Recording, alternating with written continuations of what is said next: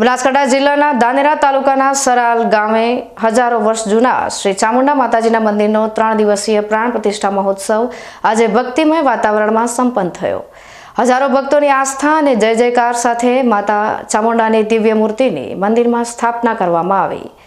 ભારત આધ્યાત્મિક અને ધાર્મિક દેશ છે અને સરાલ ગામમાં બિરાજમાન ચામુંડા માતાની મૂર્તિ હજારો વર્ષો જૂની હોવાનું વડીલો અને ગ્રામજનો જણાવે છે।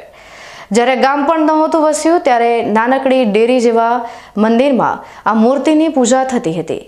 આવી દિવ્ય મૂર્તિના નવા ભવ્ય મંદિરની પ્રાણ પ્રતિષ્ઠા માટે આખા ગામે એકત્ર થઈને 3 દિવસીય મહોત્સવનું આયોજન કર્યું હતું।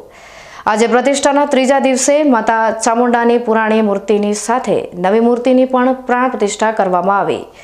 ગત શુક્રવારથી આ ભવ્ય મહોત્સવની શુભ શરૂઆત થઈ હતી, જેમાં મંડપ પ્રવેશ, જળયાત્રા અને માતા ચામુંડાની મૂર્તિ સાથે શોભાયાત્રા યોજાઈ હતી, જે સરાલ ગામની પ્રદક્ષિણા કરીને પૂર્ણ થઈ હતી। સમગ્ર ગ્રામજનોએ ભારે ઉત્સાહ અને ભક્તિ સાથે આ ધાર્મિક ઉત્સવની ઉજવણી કરી હતી। વર્ષોથી સરાલના ગ્રામજનો ચામુંડા માતાજીના ભવ્ય મંદિરના નિર્માણ માટે આયોજન કરી રહ્યા હતા, પરંતુ અગાઉ માતાજીએ મંદિર માટે સંમતિ આપી ન હતી। જોકે ફરી એકવાર આખું ગામ ભેગું થયું અને પ્રાર્થના કરતા આખરે મંદિર માટે રજા મળતા ભવ્ય મંદિરનું નિર્માણ થયું। 3 દિવસ દરમિયાન સંતો મહંતોના આગમનથી વાતાવરણ ભક્તિમય બન્યું હતું અને હજારો ભક્તોએ ભોજન પ્રસાદ સાથે માતા ચામુંડાના દર્શનનો લાભ લીધો હતો। પંચકુંડી યજ્ઞ સાથે આજે વિધિવત રીતે પ્રાણ પ્રતિષ્ઠા પૂર્ણ થતાં જ મંદિરના દ્વાર દર્શન માટે ખુલ્યા અને ભક્તોએ દર્શનનો લાભ લીધો।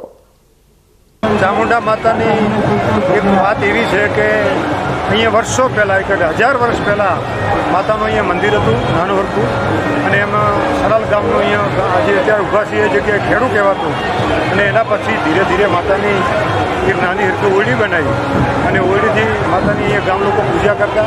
એના પછી સરાલ ગામ અલગથી બન્યું અને 1000 વર્ષ પછી ધીરે ધીરે ગામ લોકોની એવી ઈચ્છા થઈ કે માતાજીની સારી મંદિર બનાવી, માતાજીની મોટી પ્રતિષ્ઠા કરીએ તો આખું ગામ અમારું ભેગું થયું અને માતાજીને આરાધના કરી કે હે માં, અમારે મંદિર બનાવવું છે, આપ મંજૂરી આપો તો અમે આપણું મંદિર બનાવીએ। ત્યારે માતાજી એક બે વખત તો ના પાડી, પણ ગામે ભેગા થઈને આજીજી કરી એટલે માતાજીએ હુકમ કર્યો મંદિર બનાવવાનો। એમાં શ્રેષ્ઠ મંદિર ગામ લોકોએ બનાવ્યું। મંદિર બનાવ્યા પછી મૂર્તિની વાત આવી એટલે મૂર્તિ પણ આ રીતે ચર્ચા થઈ, 2-3 વખત ગામ ભેગું થયું અને માતાએ હુકમ આપ્યો અને મૂર્તિ લાવી અને માતાની આજે બીજી, ત્રીજી ને ચોથી 3 દિવસ પ્રાણ પ્રતિષ્ઠા હતી। એમાં બીજી તારીખે જલયાત્રા હતી। જલયાત્રા દિવસે ગામના 10,000 માણસો ભેગા થયા, આજુબાજુ ગામડા લોકો આવ્યા, જે આમંત્રણ આપ્યું હતું સાધુ સંતો આવ્યા અને બહુ વાદ્ય ગાજે જલયાત્રા કરી। 3જી તારીખને શનિવારના દિવસે અહીંયા એક મોટી અમારી શોભાયાત્રા હતી અને શોભાયાત્રામાં આખા ગામના લોકો 10-15,000 લોકો હતા।